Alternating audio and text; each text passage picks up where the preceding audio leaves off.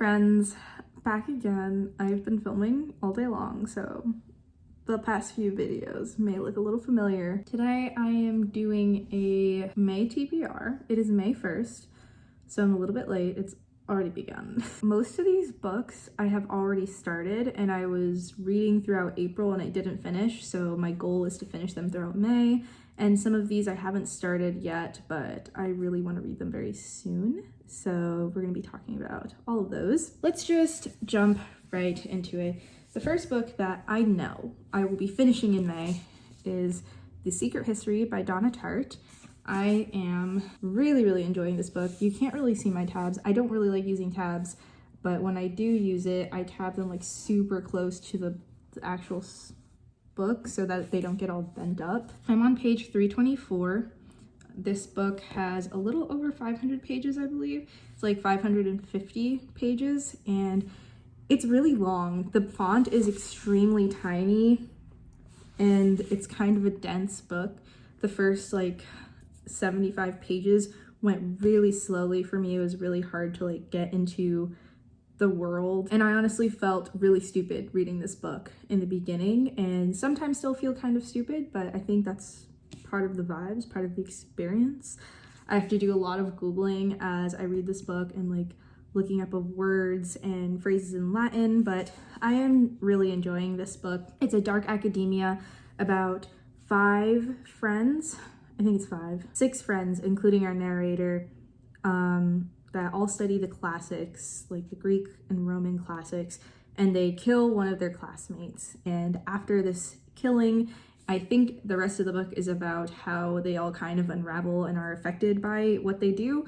Honestly, I can't tell you because I haven't finished it, but I'm really loving this. I've become like a mega Donna Tartt fan. I bought her other 2 books. I don't plan on reading them this month because I'm also in the middle of a bunch of other books that are really long. I'm going to take it slow in May and just try and finish up the books that I've been in the middle of for a long time. The scariest book that's on my list and has been on my list for a while is Middlemarch by George Eliot.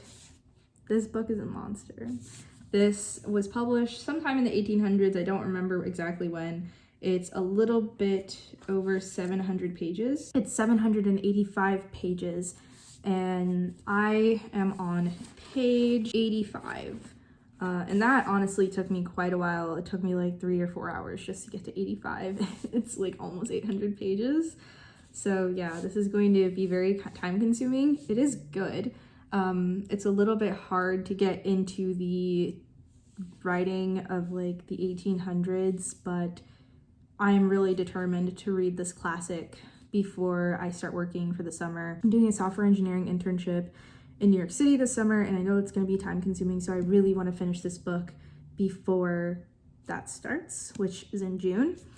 So wish me luck. I'm still only in book 1, which is titled Miss Brooke, and Miss Brooke ends pretty soon on page 114, so I'm pretty close to the end of it. And then we'll enter book 2, Old and Young. Maybe my goal shouldn't even be to finish this month. Maybe it's just read 1 book every month, because that is honestly like a lot to consume of Middlemarch. This is just one of the most famous English novels. Yeah, I'm enjoying it so far. We're just getting Miss Dorothea Brooke's story so far. I like the plot. I know that there's many different plot lines in this book. Each book or volume within the book. This entire book was published in 8 volumes that came out over the course of a year, I believe. So this is just a bind up of technically 8 books. So right now, Miss Brooke is about Dorothea Brooke, who is our main character for this volume. And she is very young, very naive, very headstrong, wants to do good. And she decides to marry a man who's a lot older than her because she admires him a lot and is just, like I said, super naive. And I believe this book is going to go into how that relationship works out, the death of her innocence and her naivety. It's a study of provincial life. So Middlemarch will hopefully be making some progress. Another book that I'm in the middle of is Because of Winn-Dixie by Kate D. Camillo. I read this book when I was a child, and I remember liking it back then. And I was reading either The Hunger Games or The Secret History. I think it was The Hunger Games one night before bed.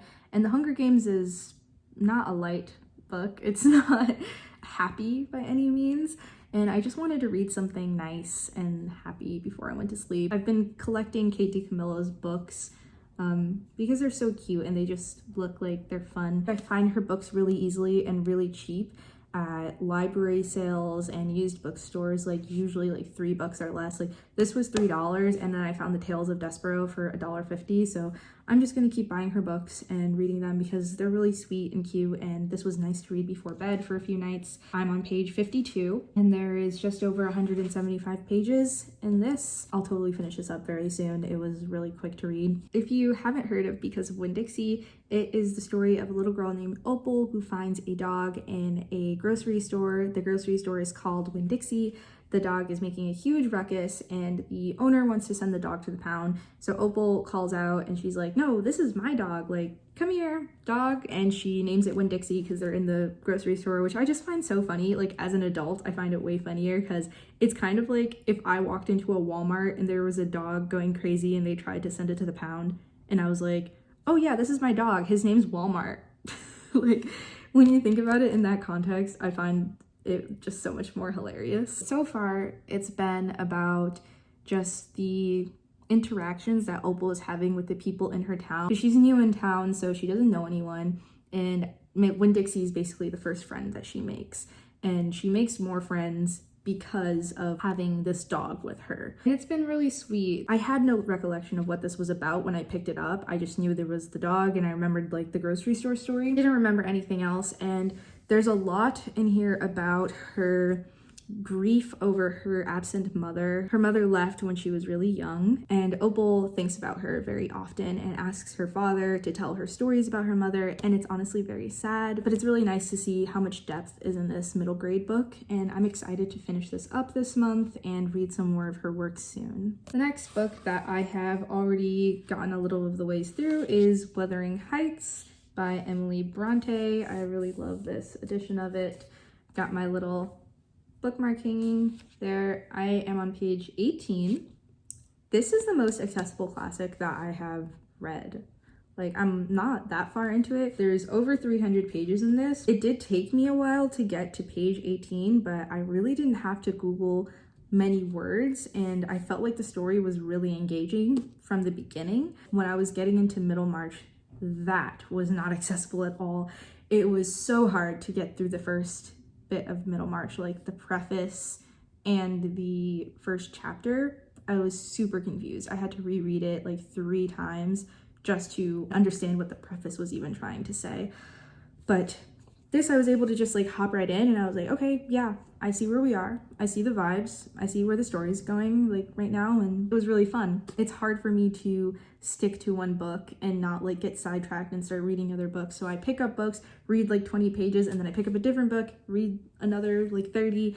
So then I don't end up finishing all the books that I start. But my goal this month is to just like do a lot of finishing of books and not so much starting. So I really want to read some more of this month. Then I have The Highly Sensitive Person, How to Thrive When the World Overwhelms You by Elaine and Aaron. I recently bought this book at Barnes, and it's just about finding coping mechanisms when you're overstimulated in conversation, social situations, by yourself, just like when the world feels like overstimulating. I get very easily overstimulated by like certain fabrics of clothing, by certain noises, just lots of things like make me want to isolate myself and just not have to deal with the stimuli of the world, and conversation is like definitely a big one. As I mentioned, I have my internship coming up in a month, and I'm going to be meeting a lot of new people and in a work environment that I've never been in before.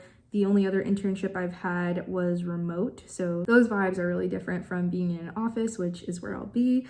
So I really want to read this before that starts as well. I think this will be really educational and give me some skills, so when I go into the workplace, I will feel a little bit more prepared and confident. So the last book on my TBR is Mockingjay by Suzanne Collins. This is the 3rd book in the Hunger Games series. I read The Hunger Games and Catching Fire in April, and I haven't started Mockingjay yet, but these are pretty quick reads for me. I haven't picked this up yet because I just don't really want the series to be over, but I don't want to forget things before I pick this up, so I'm definitely gonna read it this month. I don't want to put too many books on my TBR and stress myself out for the month of May. I really just want to chill this month and try and take it easy. These are all the books. Ooh, there was one more. The last thing that I really want to read in May, and I know that I will because I've already read some today, is more issues of The Walking Dead. This is issue 14. I've been reading them digitally.